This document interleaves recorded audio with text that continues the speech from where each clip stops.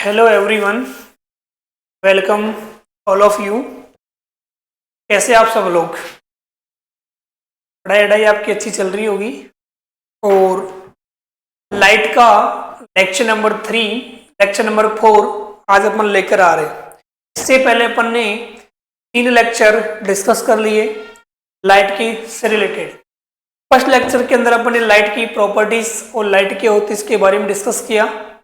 Second lecture के अंदर अपन ने रिफ्लेक्शन ऑफ लाइट के बारे में डिस्कस किया। और थर्ड लेक्चर के अंदर अपन ने प्लेन मिरर के बारे में डिस्कस किया। आज लाइट के अंदर ही एक नया टॉपिक अपन लेके आ रहे हैं और उस टॉपिक का अपना नाम है स्फेरिकल मिरर। नाम है स्फेरिकल मिरर। देखो, रिफ्लेक्शन के अंदर अपन ने क्या डिस्कस किया था कि लाइट किसी सरफेस पे आकर गिरती है और जिस मीडियम में से आती है उसी मीडियम में क्या हो जाएगी, रिफ्लेक्ट हो जाएगी। That is bouncing back of light is known as the reflection. और रिफ्लेक्शन का अपन ने पहला एग्जांपल पढ़ा था प्लेन मिरर। प्लेन मिरर से क्या हो रहा था, रिफ्लेक्शन हो रहा था। आज अपन डिस्कस करते हैं स्फेरिकल मिरर। टॉपिक का नाम है अपना स्फेरिकल मिरर।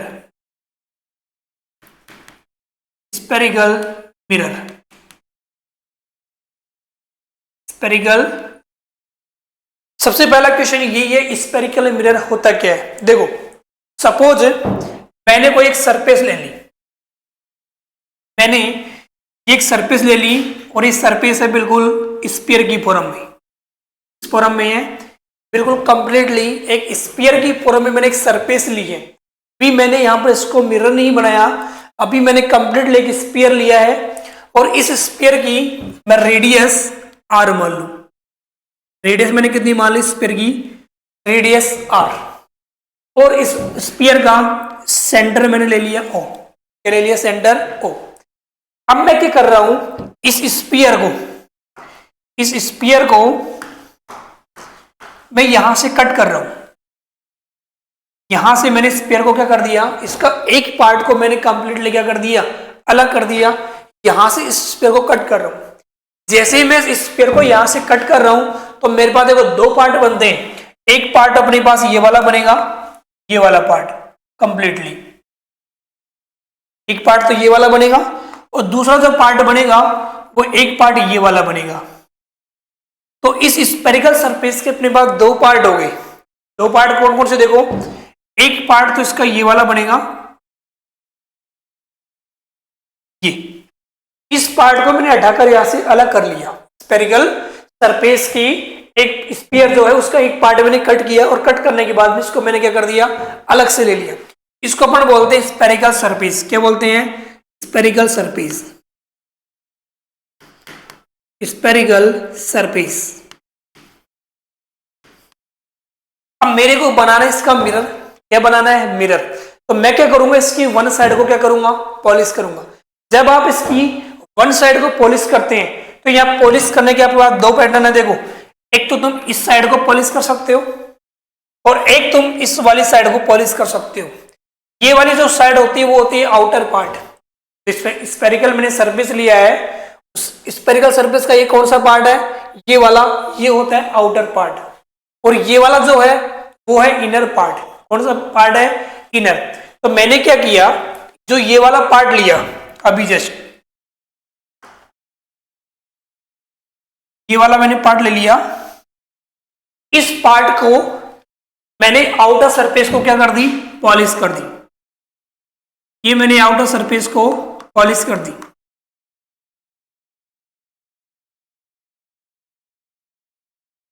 आउटर सरफेस को मैंने पॉलिश, ये वाली सरफेस की, इसको बोलते हैं आउटर सरफेस। क्या बोलते हैं, आउटर सरफेस। Outer surface. और आउटर सरफेस मैंने कौन सी ली है, पॉलिश। आउटर सरफेस मैंने कौन सी ली है, पॉलिश। और ये वाली सरफेस कौन सी हो गई, inner. Inner surface, inner surface. और जो इनर सरफेस है, अब आउटर सरफेस को मैंने क्या कर दी, पॉलिश कर दी। तो इनर सरफेस किसका काम करेगी, रिफ्लेक्शन का। क्योंकि अब रिफ्लेक्शन कहां से हुआ, क्योंकि वन साइड को तो मैंने पॉलिश कर दी, अब रिफ्लेक्शन क्या होगा, सेकंड साइड से। दैट इज इनर साइड से क्या होगा, लाइट का रिफ्लेक्शन होगा। तो ये हो गया रिफ्लेक्टेड सरफेस, जिसको अपन बोल सकते हैं reflected surface. Reflected surface, reflected surface. एक कंडीशन तो अपने पास ये बनेगी, एक कंडीशन अपने पास ये बनेगी कि मैंने यही सरफेस ले ली, लेकिन इसके इनर पार्ट को मैंने क्या कर दी, पॉलिश कर दी।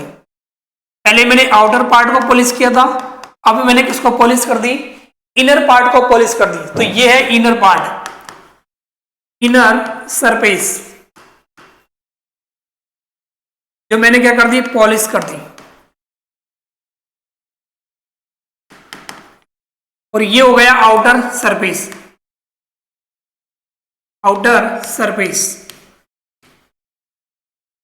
और कौन किसका काम करेगी, रिफ्लेक्शन का।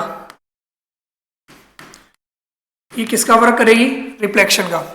इस टाइप से मैं देख सकता हूं कि कोई भी तुम्हारे पास एक स्फेरिकल सरफेस है, उस स्फेरिकल सरफेस को मैं क्या कर रहा हूं, पॉलिश कर रहा हूं। पॉलिश आप आउटर पार्ट को कर सकते हो, इनर पार्ट को भी आप पॉलिश कर सकते हो।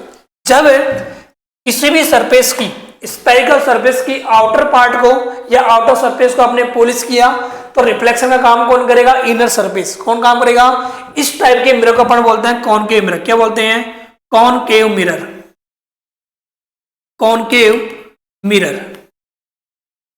और अगर तुमने स्फेरिकल सरफेस के इनर पार्ट को पॉलिश कर दी, तो आउटर सरफेस का काम करेगी, रिफ्लेक्शन का काम करेगी। इस टाइप के मिरर को अपन बोलते हैं convex mirror, convex mirror,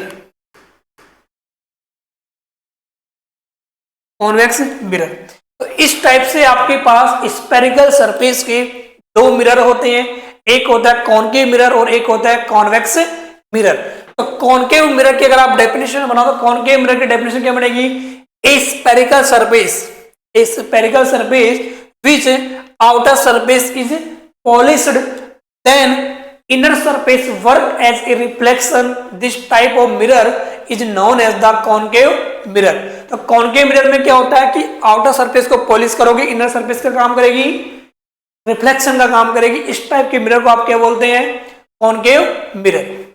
convex में क्या होगा, आप इनर सरफेस को क्या कर रहे हो, पॉलिश कर रहे हो, तो आउटर सरफेस किसका काम करेगी, रिफ्लेक्शन का काम करेगी। इस टाइप के मिरर को आप बोलते हैं कॉन्वेक्स मिरर। तो डेफिनेशन क्या बनेगी, a spherical surface which inner surface is polished, then outer surface work as a reflection is known as the convex mirror. Any doubt. अब यहां से इसकी किस टाइप की इमेज बनेगी, रियल बनेगी या इन्वर्टेड बनेगी, वर्चुअल बनेगी, इरेक्ट बनेगी। और इमेजेस के बारे में अपन ने कल डिस्कस किया था कि अगर दो रिफ्लेक्टेड रे रियल में कट कर रही है, तो वहां बनेगी रियल इमेज। और सिर्फ अपन उसको लाइट के किसी पॉइंट से अगर लाइट अपीयरिंग हो रही है, तो वहां बनेगी वर्चुअल इमेज। कुछ टाइप की बनेगी वर्चुअल।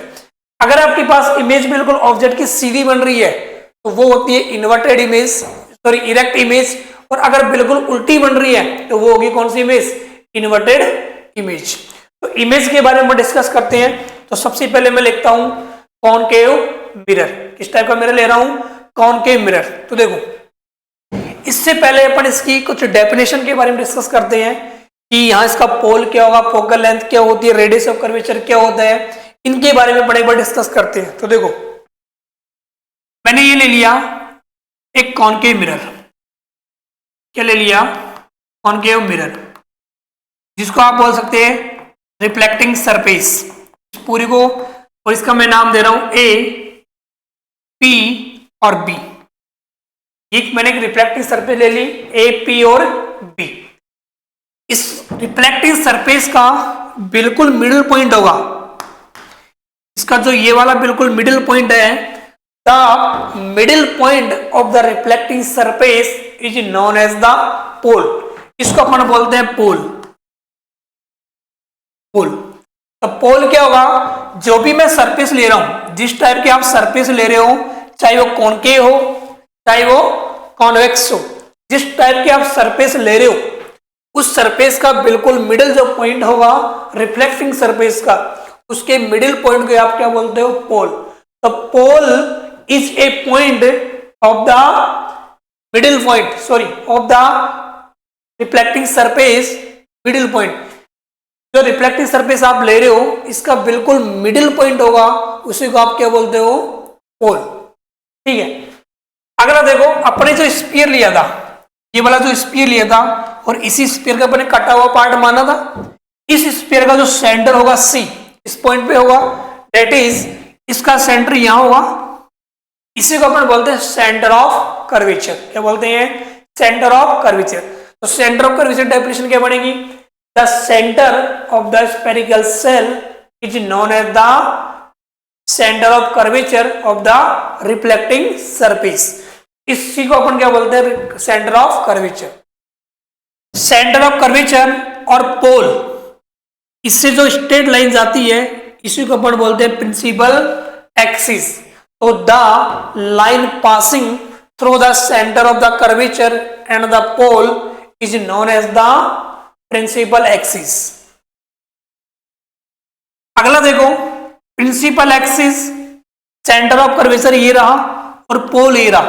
तो सेंटर ऑफ कर्वेचर और पोल, इनके बीच की जो डिस्टेंस होती है इसी को अपन बोलते हैं रेडियस ऑफ कर्वेचर। क्या बोलते हैं? Radius of curvature. एक पॉइंट हो रहेगा अपने पास फोकल लेंथ, फोकल लेंथ या आप बोल सकते हो फोकस पॉइंट। देखो फोकस पॉइंट क्या होते हैं?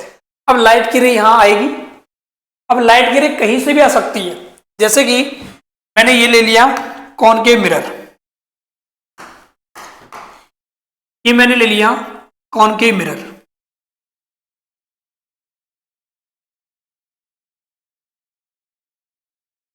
ये मैंने कॉनकेव मिरर ले लिया। इस कॉनकेव मिरर की ये हो गई प्रिंसिपल एक्सिस और ये हो गया इसका पोल, और इस पॉइंट को मैं मान रहा हूं centre of curvature C, centre of curvature C. अब लाइट के लिए ऑब्वियस सी बात है कि ये तो आउटर सरफेस है जिसको मैंने पॉलिश कर रखी है, और ये इनर सरफेस है जो रिफ्लेक्शन का काम करेगी। तो अब ऑब्जेक्ट को आप कहां रखोगे? ऑब्जेक्ट को ऑब्वियस सी बात इस साइड आप रखोगे क्योंकि लाइट की रे यहां से आएगी और यही सरफेस रिफ्लेक्शन का काम करेगी। तो ऑब्जेक्ट को आप इस साइड ना रखकर ऑब्जेक्ट को आप कहां रखोगे? इस साइड।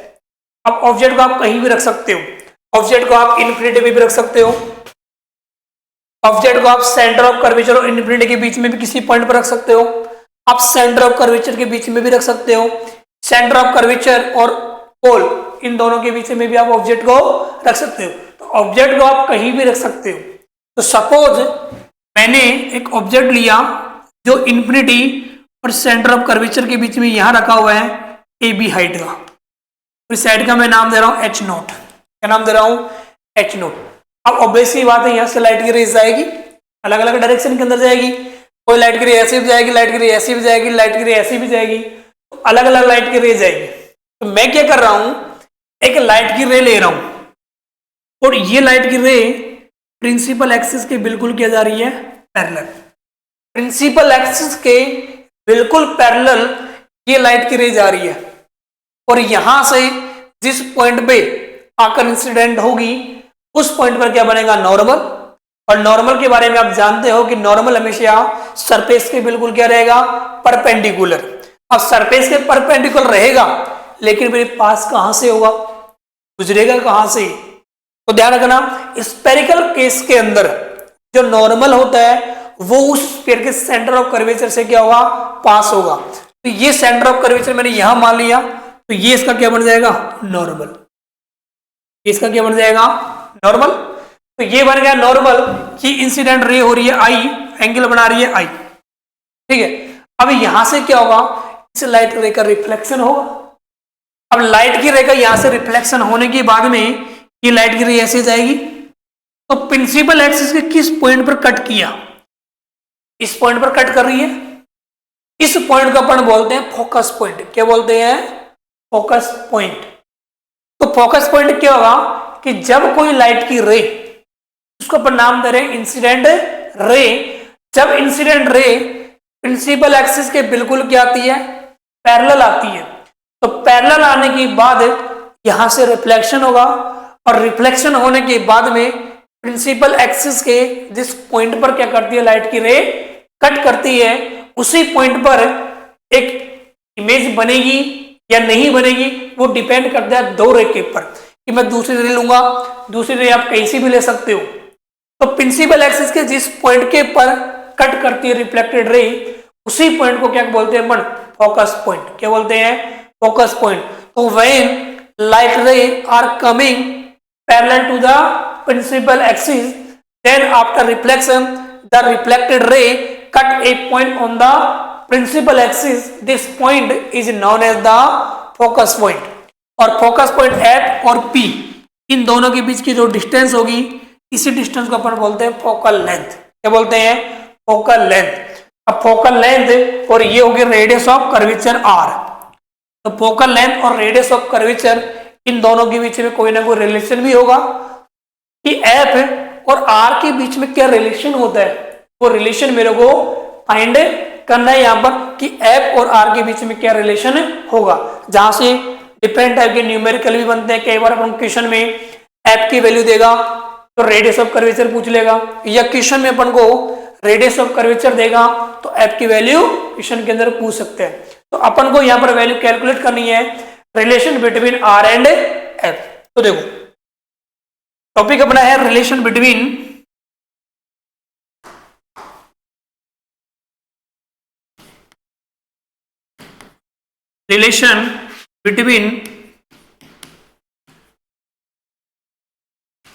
R and F। मेरे को R और F के बीच में रिलेशन फाइंड करना है, इन दोनों के बीच में क्या रिलेशन होगा। तो देखो मैंने ले लिया एक कॉनकेव मिरर। क्या ले लिया मैंने? Concave mirror. तो ये ले लिया अपन ने कॉनकेव मिरर।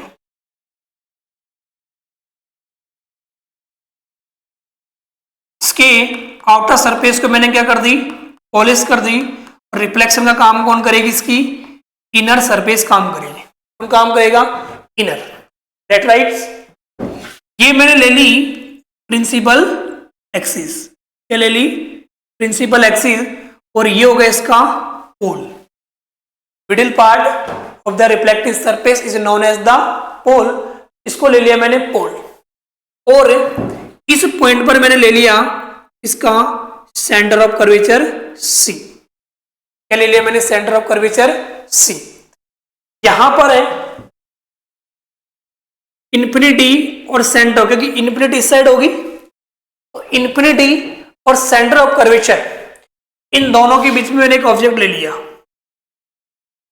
ये मैंने एक ऑब्जेक्ट ले लिया। इस ऑब्जेक्ट का मैं नाम दे रहा हूं A और B। उसकी हाइट मैंने मान ली h0। क्या मान ली मैंने? Height h0। अब आप जानते हो लाइट की रे यहां से जाएगी, तो लाइट की रे पहले तो प्रिंसिपल एक्सिस के पैरेलल जाएगी। तो प्रिंसिपल एक्सिस के पैरेलल कोई भी लाइट की रे इंसिडेंट हो रही है,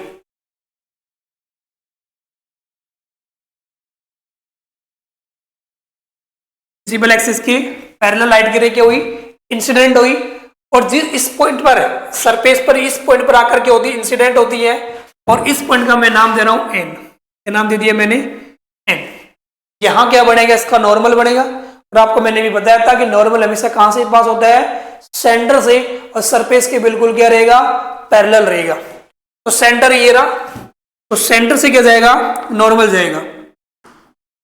ये सेंटर से मैंने क्या ले लिया? इसका नॉर्मल ले लिया। ये नॉर्मल हो गया। नॉर्मल। आप जानते हो कि नॉर्मल और इंसिडेंट रे इसके बीच में ये वाला एंगल बनेगा, और इस एंगल को अपन बोलते हैं इंसिडेंट एंगल आई। क्या बोल रहे हैं? इंसिडेंट एंगल आई। अब देखो लाइट की रे का यहां से रिफ्लेक्शन होगा। आप जानते हो कि जब लाइट प्रिंसिपल एक्सिस के पैरेलल आती है इंसिडेंट रे, रिफ्लेक्शन होगा। और रिफ्लेक्शन होने के बाद में कहां से पास होगी? फोकस पॉइंट से, क्योंकि प्रिंसिपल एक्सिस के जिस पॉइंट पर कट करेगी उस पॉइंट को अपन क्या बोलते हैं? Focus point. इसका मतलब प्रिंसिपल एक्सिस के पैरेलल जो भी लाइट की रे आएगी वो आफ्टर रिफ्लेक्शन कहां से जाएगी? प्रिंसिपल एक्सिस पर। तो प्रिंसिपल एक्सिस के जिस पॉइंट पर कट किया, इस पॉइंट को अपन बोलते हैं फोकस पॉइंट। ये हो गई इसकी रिफ्लेक्टेड रे R। और इस पॉइंट पर कट किया, इस पॉइंट का नाम दे रहा हूं मैं F। नाम दे रहा हूं F। आप जानते हो जितनी भी डिस्टेंस मेजरमेंट की जाएगी वो फ्रॉम पोल से मेजरमेंट की जाती है। तो फोकस पॉइंट और पोल इन दोनों के बीच की डिस्टेंस क्या रहेगी? F, जिसको मैं फोकल लेंथ F बोल रहा हूं। और सेंटर ऑफ कर्वेचर और पोल के बीच की जो डिस्टेंस होती है वो होती है R। क्या होगी, आर होगी। एनी डाउट यहां तक? अब देखो ये एंगल आई है, तो ये वाला एंगल कितना बनेगा, ये एंगल बनेगा आर, ये बनेगा आर। और आप जानते हो रिफ्लेक्शन लॉ के according angle of i equal to क्या बनेगा, angle of r. Question number 1, reflection law के according angle of i equal to क्या बनेगा, एंगल ऑफ आर बनेगा। अब देखो मैं इस वाले एंगल की बात कर रहा हूं, ये वाला एंगल देखो, ये वाला एंगल, इस वाले एंगल की वैल्यू कितनी होगी, इस वाले एंगल की वैल्यू देखो, ये एंगल इस टाइप का बन रहा है इस शेप में, तो ये एंगल और ये एंगल दोनों क्या रहेंगे, सेम रहेंगे। तो ये टोटल एंगल कितना बढ़ेगा, ये टोटल एंगल बनेगा आई प्लस आर, बनेगा नहीं बनेगा, आई प्लस आर।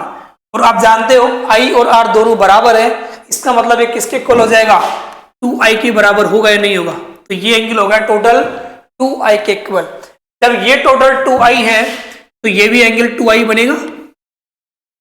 इस एंगल की वैल्यू मेरे को मालूम चल गई 2i। एक एंगल ये वाला देखो, ये वाला एंगल, ये वाला, अगर ये वाला यहां से यहां तक का मेरे पास ओनली एंगल आई है, तो ये वाला कितना बनेगा, मेरे पास आई बनेगा। तो ये दोनों एंगल मेरे को मालूम चल गई। मेरे को एफ और आर के बीच में रिलेशन फाइंड करना है, तो एफ ए रहा और आर ए रहा, मेरे को ट्रिग्नोमेट्री फंक्शन अप्लाई करने हैं। लेकिन आप जानते हो ट्रिग्नोमेट्री फंक्शन वहां अप्लाई होती है जहां पर एक एंगल राइट एंगल हो। राइट एंगल का मतलब है 90 डिग्री। ट्रिग्नोमेट्री फंक्शन वहां अप्लाई होती है जहां पर एक एंगल कितना हो, 90 डिग्री का। तो अभी यहां 90 डिग्री का कोई एंगल नहीं बन रहा, तो 90 डिग्री का एंगल बनाने के लिए मैं क्या करता हूं, एक परपेंडिकुलर डालता हूं। इस पॉइंट से इस पॉइंट के ऊपर मैंने एक परपेंडिकुलर डाला और इस पॉइंट का मैं नाम दे रहा हूं एन डैश। क्या नाम दे रहा हूं, एन डैश। और जो ये पॉइंट एन डैश है वो बिल्कुल नियर इक्वल टू किसके है, पी के, बिल्कुल पी के नजदीक में मान रहा हूं। मैं कह सकता हूं कि एन डैश की जो वैल्यू है वो जस्ट नियर इक्वल टू किसके है, पी के इक्वल है, पी के पास है बिल्कुल। इन दोनों के बीच में ज्यादा डिफरेंस नहीं है। अब देखो मैं बात कर रहा हूं ट्राइंगल सी एन और एन डैश वाले, इस वाले ट्राइंगल की मैं बात कर रहा हूं। तो मैं दे रहा हूं in triangle, in triangle C N और एन डैश, कौन सा ले रहा हूं, सी एन और एन डैश में ट्राइंगल ले रहा हूं। यहां से देखो टेन थीटा, थीटा का काम कौन कर रहा है, आई, तो tan theta equal to perpendicular, perpendicular अपने पास हो गया एन एन डैश, क्या हो गया, एन अपॉन बेस, बेस मेरे पास होगा सी एन डैश, क्या हो गया, सी एन डैश। लेकिन आप जानते हो c n dash equal to c p के बराबर होगा, क्योंकि n dash near equal to p और c n equal to c p, और सी और पी, सी पी किसके इक्वल है, आर के इक्वल है या नहीं है, तो ये किसके इक्वल हो जाएगा, आर के इक्वल हो जाएगा, इक्वल टू आर। तो यहां से मैं लिख सकता हूं कि टेन आई इक्वल टू क्या हो जाएगा, n n dash divide by of r. Condition लगा दूं if i very very less then, जब बहुत छोटी वैल्यू है तो tan theta near equal to, tan theta equal to theta. I की वैल्यू क्या बनेगी, आई की वैल्यू बनेगी मेरे पास n n dash divide by r, और इक्वेशन नंबर 1, इक्वेशन नंबर 1। अब मेरे पास आई का एक रिलेशन ही आ गया इस वाले ट्राइंगल की वजह से। अब मैं दूसरा ट्राइंगल चूज करूंगा, दूसरा ट्राइंगल एक ये बन रहा है, देखो एफ एन और एन डैश, ये वाला ट्राइंगल बन रहा है, तो मैं ये वाला ट्राइंगल लेता हूं।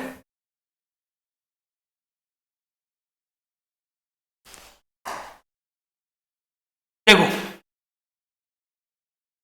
इन ट्राइंगल एफ एन और एन डैश, इस ट्राइंगल के अंदर देखो टेन टू आई बन रहा है, तो यहां से बनेगा टेन 2i इक्वल टू क्या बनेगा n dash divide by base, base इसका क्या बन रहा है एफ एन, और एन किसके इक्वल है पी के इक्वल है, डेट इज एफ पी बनेगा, और एफ पी किसके बराबर है एफ के इक्वल है, फोकल लेंथ के इक्वल है या नहीं है, तो ये हो गई फोकल लेंथ एफ।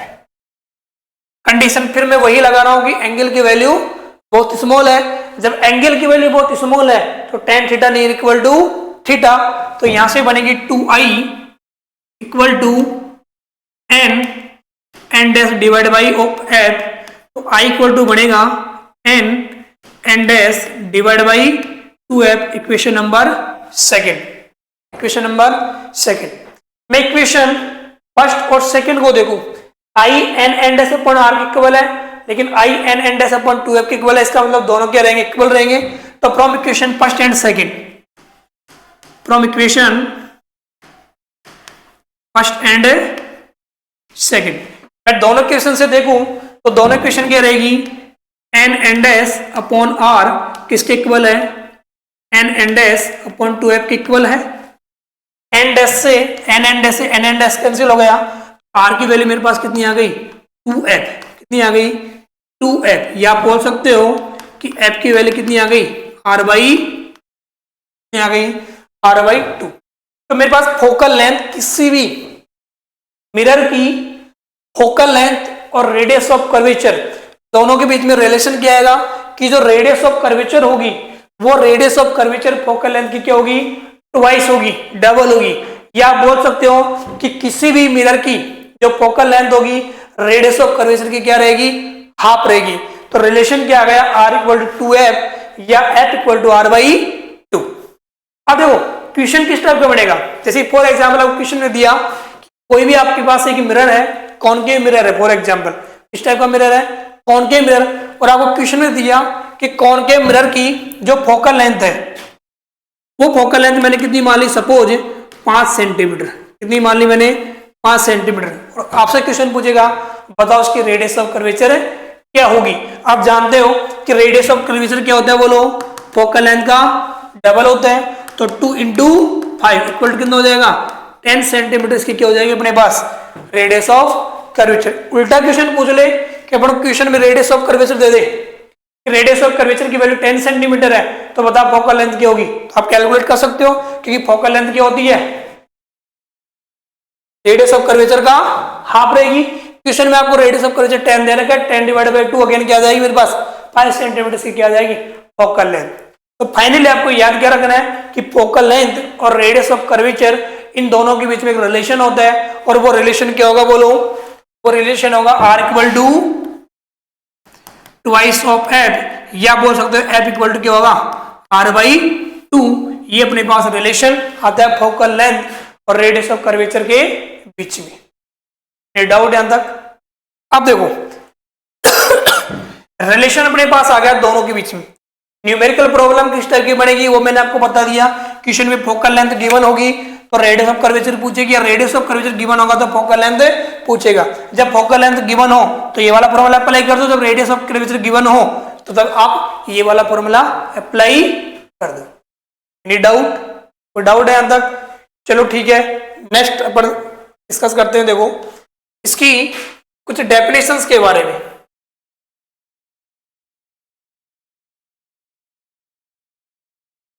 देखो ये अपने पास मिरर है, स्फेरिकल मिरर लिया, इस स्फेरिकल मिरर के वन पार्ट को अपने क्या कर दिया कट कर दिया।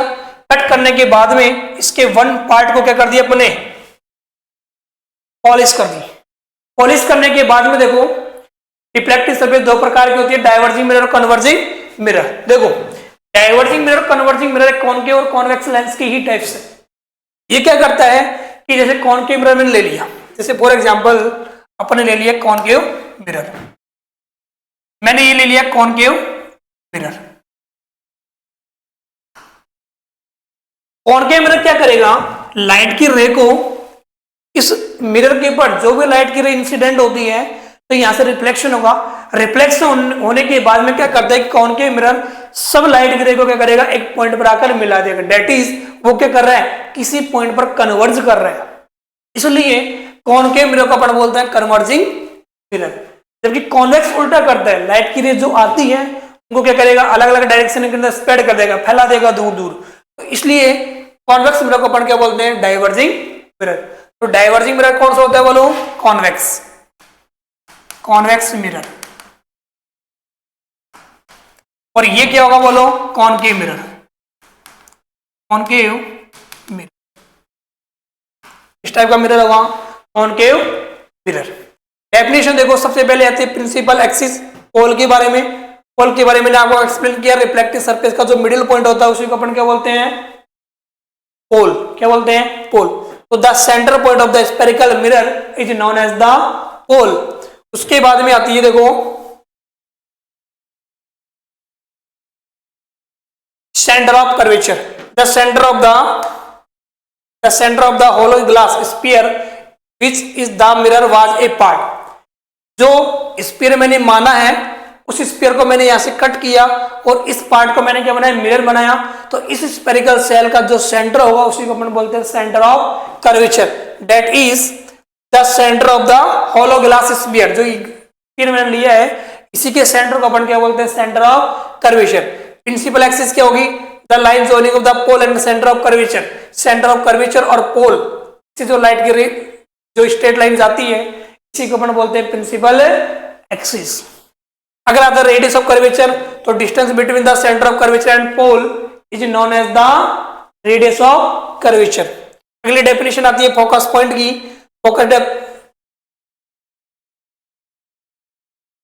फोकस पॉइंट देखो, फोकस पॉइंट के बारे में मैंने आपको बताया कि the point on the principal axis where all the parallel light ray actually meet or appear to meet after reflection. कि जब कोई लाइट की रे प्रिंसिपल एक्सिस के पैरेलल आती है तो पैरेलल आने के बाद में सरफेस पर मिरर के ऊपर इंसिडेंट होगी, वहां से लाइट का क्या होगा, रिफ्लेक्शन होगा। और रिफ्लेक्शन होने के बाद में प्रिंसिपल एक्सिस के जिस पॉइंट के ऊपर कट करती है या कट करती है अपन अपीयर होती है उसी पॉइंट को अपन क्या बोलते हैं, फोकस पॉइंट बोलते हैं। तो ये हो गया फोकस पॉइंट। फोकल लेंथ आप जानते हो क्या होती है कि जिस पॉइंट पर कट करती है दैट इज एफ पॉइंट पर कट करेगी, उस पॉइंट की और पोल के बीच की जो डिस्टेंस होती है उसी को आप क्या बोलते हो, फोकल लेंथ बोलते हो। तो ये मिरर के बारे में कुछ बातें हुई। तो आज अपन क्या क्या डिस्कस किया कि मिरर क्या होता है, स्फेरिकल मिरर क्या होता है, स्फेरिकल मिरर के कितने पार्ट्स होते हैं, दो भाग होते हैं, एक तो होता है कॉनकेव मिरर, एक होता है कॉन्वेक्स मिरर। कॉनकेव मिरर में क्या होता है कि आउटर सरफेस को आप पॉलिश करते हो, इनर सरफेस रिफ्लेक्शन का वर्क करती है। इस टाइप के मिरर को अपन बोलते हैं कॉनकेव मिरर। कॉन्वेक्स में क्या होता है कि इनर सरफेस पॉलिश होती है, आउटर सरफेस किसका काम करेगी, रिफ्लेक्शन का काम करेगी। इस टाइप के मिरर को अपन बोलते हैं कॉन्वेक्स मिरर। उसके बाद में इससे रिलेटेड अपने कुछ डेफिनेशन पढ़ी, इसकी फोकल लेंथ क्या होती है, रेडियस ऑफ कर्वेचर क्या होता है, सेंटर ऑफ कर्वेचर क्या होता है, फोकल लेंथ क्या होती है, पोल क्या होता है। इससे रिलेटेड अपने डेफिनेशन के बारे में डिस्कस किया और एक फाइनल अपन एक फॉर्मूला डिराइव किया और वो डिराइव है फॉर्मूला कि रेडियस ऑफ कर्वेचर और फोकल लेंथ के बीच में क्या रिलेशन होता है। और वो रिलेशन, वो फॉर्मूला आपको याद रखना है डायरेक्टली। और वो फॉर्मूला अपने पास क्या आता है बोलो, फॉर्मूला आता है आर इक्वल टू क्या होता है, ट्वाइस ऑफ एफ, या एफ इक्वल टू क्या हो जाएगा, आर बाई 2। ये फॉर्मूला अपन को फाइनली याद रखना है। अब इस मिरर से, कॉनकेव मिरर से और कॉन्वेक्स मिरर से किस टाइप की इमेज बनती है, कौन कौन से लोग का फॉलो करेगा, डेट इज रे डायग्राम लोग क्या है इसके, किस टाइप से अपन इमेज बनाएंगे, रियल बनेगी, इन्वर्टेड बनेगी, इरेक्ट बनेगी, या किस टाइप की इसकी इमेज बनती है। मैं ऑब्जेक्ट को अलग अलग पोजीशन पर रखूं, इनफिनिटी पे रखूं या सेंटर ऑफ कर्वेचर के बीच में रखूं या किस पॉइंट के ऊपर रखूं, मेरे को किस टाइप की उसकी इमेज बनेगी, इन सब इमेजेस के बारे में अपन नेक्स्ट क्लास के अंदर डिस्कस करते हैं। Okay, thank you so very much.